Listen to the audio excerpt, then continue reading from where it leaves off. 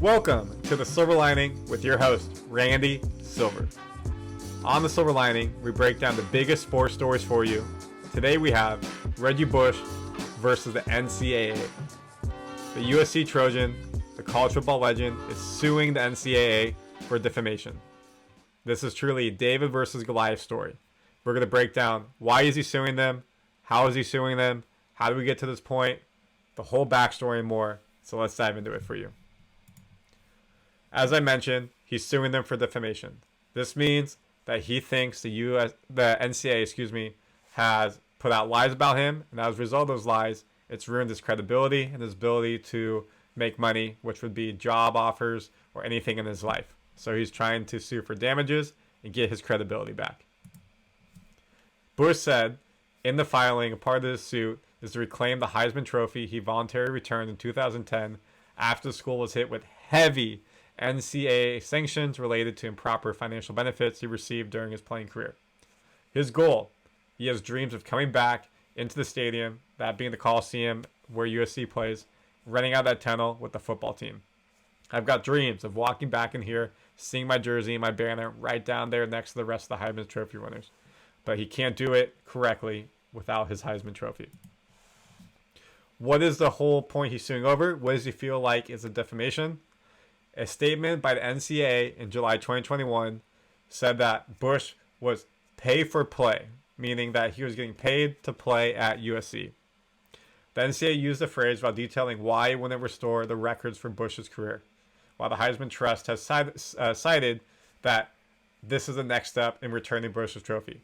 So for him to get his Heisman Trophy back, the NCAA needs to reinstate his records, which they will not do because they said he got paid to play. A representative Bush lawyer, he is being represented by Benjamin Crump, a very highly touted lawyer. The NCAA statement is completely false and highly offensive. The NCAA knew that this was false and they accused him of something he was never a part of. And as a result, this is defamation and it's tarnished his ability to make money off of himself. So now that we know why this is all happening, let's take you back to the steps to how that we got to this point. Reggie Bush was a high school legend. Look at his rankings. Number 2 national rank in his class in 2003. State was 4th and position 1st. So just an absolutely bonkers athlete, 5-star athlete. Again, I don't know why it says 2 national, 4 state, position 1. That makes sense. Maybe, I don't know. Anyways, you can see he's a highly rated athlete. These are the school's interests. It's a who's who's of the Pac-10 at the time. Then you have national schools such as Notre Dame and Texas. He chose to stay local and go to USC. His head coach was Pete Carroll. His QB was Matt Leinart. This was the dog days of their careers at USC when they were rocking and rolling, perennial powerhouse. Will Ferrell, Snoop Dogg were at the games on the sidelines. USC was a mainstay on the national limelight. His career at USC is nothing short of legendary. Highlight reel plays from the backfield, from catching balls, of course, rushing balls, as a kickoff returner, as a punt returner. He was majestic. He captivated the audience of college football into the sports world, moreover, over his electricity. We look at his stats in 2003 through 2005, 1,700 rushing yards almost in his final year at USC. You can see how it increased every year. To get 500 plus yards as a true freshman is unbelievable. That's 2005 year, 15 rushing touchdowns, 2 reception touchdowns, unbelievable year. And that helped USC get to the national championship. 2003, they went 12-1. They did not win the national championship while people thought they should have been there. They did not get there. 2004, perfect season, won the national championship against Oklahoma.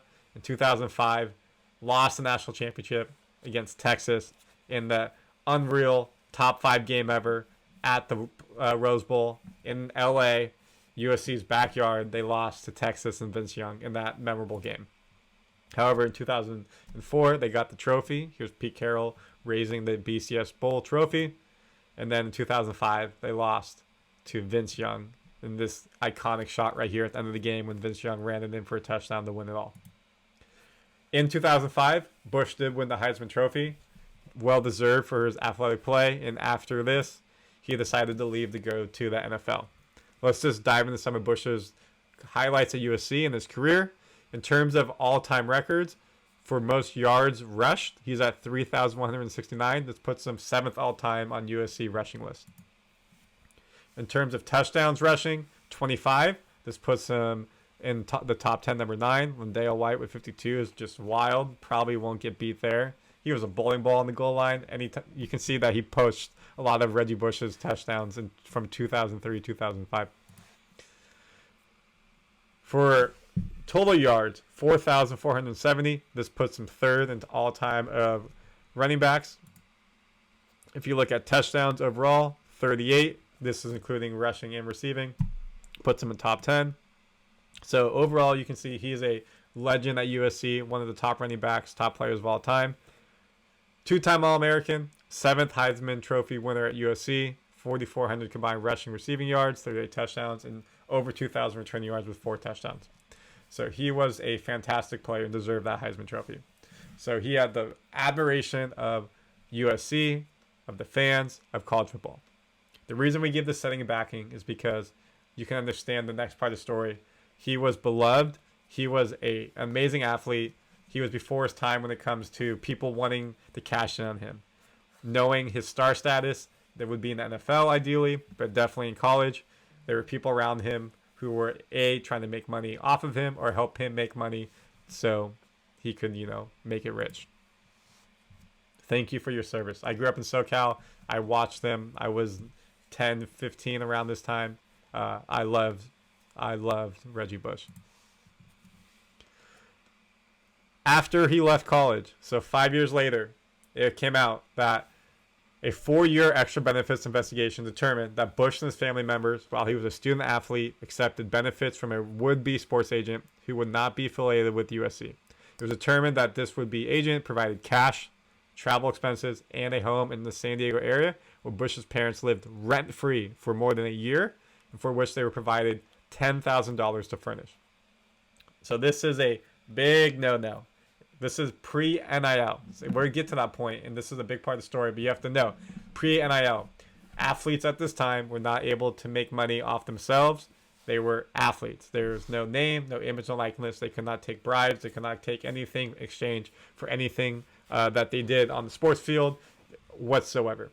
So for his family to receive a free house, receive money, travel expenses, cash, a big no-no. He was crucified in the media when this came out. USC was crucified for this. So again, he is a legend. People love him there. USC vacated 14 victories, including that 2004 BCS National Championship. Off the record, this doesn't happen. Does not count in the eyes of the NCAA. They lost 30 scholarships. He was not allowed to be associated with USC for 10 years. Could not be on campus, could not be a part of any posters, could not work with the school, be ambassador. That's why I gave you the whole history, because they're ripping someone who's an all-time legend away for these improper benefits. Is that right or wrong? I'm not here to help you make that decision. That's for you. Does the crime fit what he did? Sorry, does the time fit the crime? That's for you to decide. This all happened after his NFL because, again, he graduated in 2005, he left to go to the NFL. He was drafted by the Saints with the number 2 pick in the draft, and he helped them win the Super Bowl. Here's him with Kim Kardashian, his ex-girlfriend. The reason I bring this up, there was a prop bet how many times she would be shown on television during the Super Bowl, so had to make sure to get a photo of her. Here's him holding what we really care about, the Super Bowl, the Lombardi Trophy. After the Saints, he moved over to the Dolphins. On the Saints, he had an up-and-down career. Felt like he never hit his potential. Towards the end of the Saints' career, he started performing like you would expect. With Miami, was probably his best years. He became a 1,000-yard rusher. From there, he moved to the Lions. From the Lions, he moved to San Francisco, had a short stay, and had a very short stay with Buffalo, and that was the last stop in his career. If we look at his career stats, he attempted 1,200 rushes, over 5,000 rushing yards, to be exact, 5,490. He had 36 rushing touchdowns. He had 2,000-yard rushing careers, 1,086 in 2011, and 1,006 in 2013. There was one season where he tore his ACL, unfortunately. I think it was on Detroit when he slipped on a concrete grate, which was really sad to see because he was performing well. When you look at receptions, 477 receptions, 3,500 reception yards, 18 reception touchdowns. So he had a total yards from scrimmage of 9,000, just short of 10,000. All in all, did he reach the heights he had at USC? He did not, but those heights were in the cloud. But you'd have to say he had a solid career. Number 2 pick, did he reach those heights? Probably not, unfortunately, but he still had a very, very solid career, and you can't fault him. He fought through injuries. He overcame a lot of adversity, especially dealing with the whole NCAA investigation to be able to perform. That's a lot of stress on your life. How did USC do? So again, they had the sanctions in terms of the scholarships. This really affected them. You can see here that they had a good 2011. 2012 was mediocre. 2013 picked it up. And then 2014, 2015 were not good to their standards, and they picked it back up. That's when they really felt the effects of losing scholarships because they didn't have as many junior and seniors in 2014, 2015. The coaching carousel happened. So it really hit them hard. Build a brand. They still have not won a national championship since the USC era with Reggie Bush. So they have not been able to reach back to those heights. Now they have Lincoln Riley as the head coach. They have a Heisman Trophy winner as their QB, Caleb Williams. So we'll see how they do this season. There's a lot of hype around the program. What is Reggie Bush doing today? He's a Fox Sports analyst. Great to hear him talk. He knows a lot about the game. Legend in the game. So you want to see him out there talking. He's on the big noon Fox kickoff. So you can see to his Reggie Bush is the middle. Then he's got Matt Leinart to his left, his old QB. He's got Brady Quinn to his right, his rival from Notre Dame. Charles Woodson is next to Matt Leinart. And then on the end, you have Urban Meyer, former football head coach. And on the left is the studio host for Fox. He also does do some stuff with NFL as well. So he's been doing that since he retired. And that takes us to the most recent event, name, image, and likeness. NCAA now allows athletes to profit off their name, image, and likeness. What is name? It's literally your name.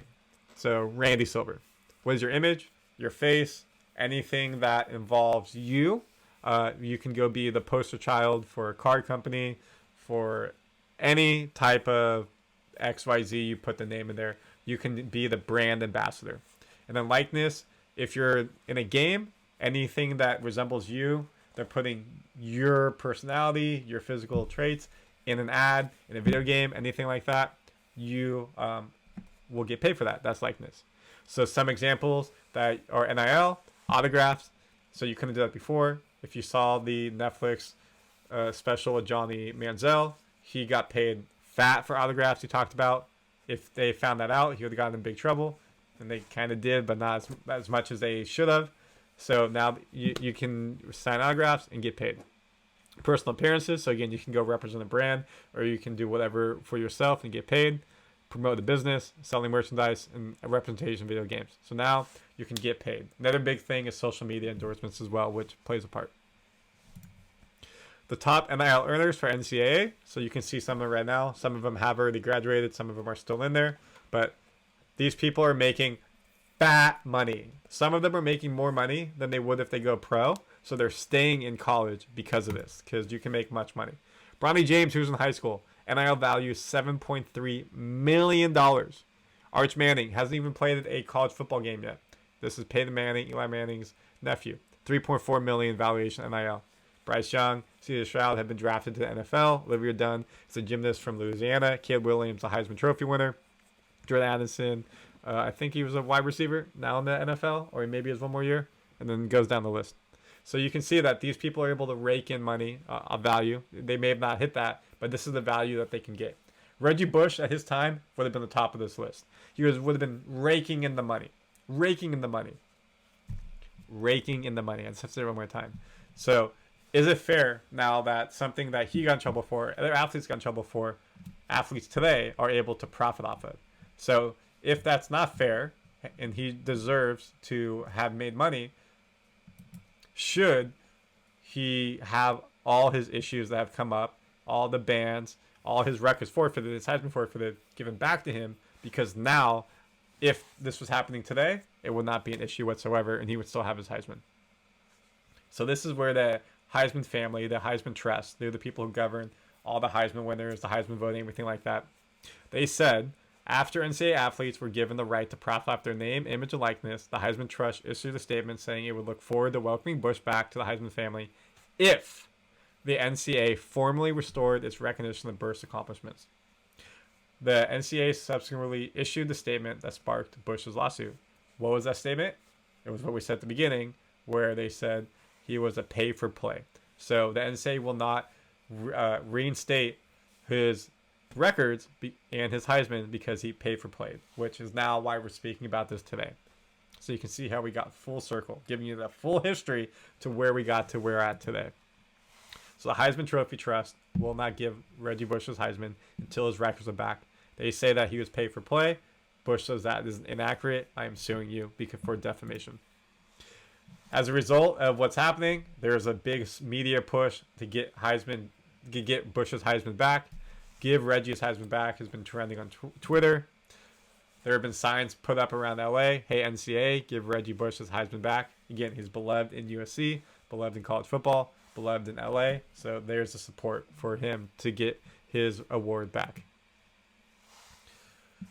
And finally, going back to the first statement that we started with, Bush said today, when this was filmed in the evening of August 23rd, he held a press conference August 22nd at the Coliseum, August 23rd at the Coliseum, talking about the lawsuit.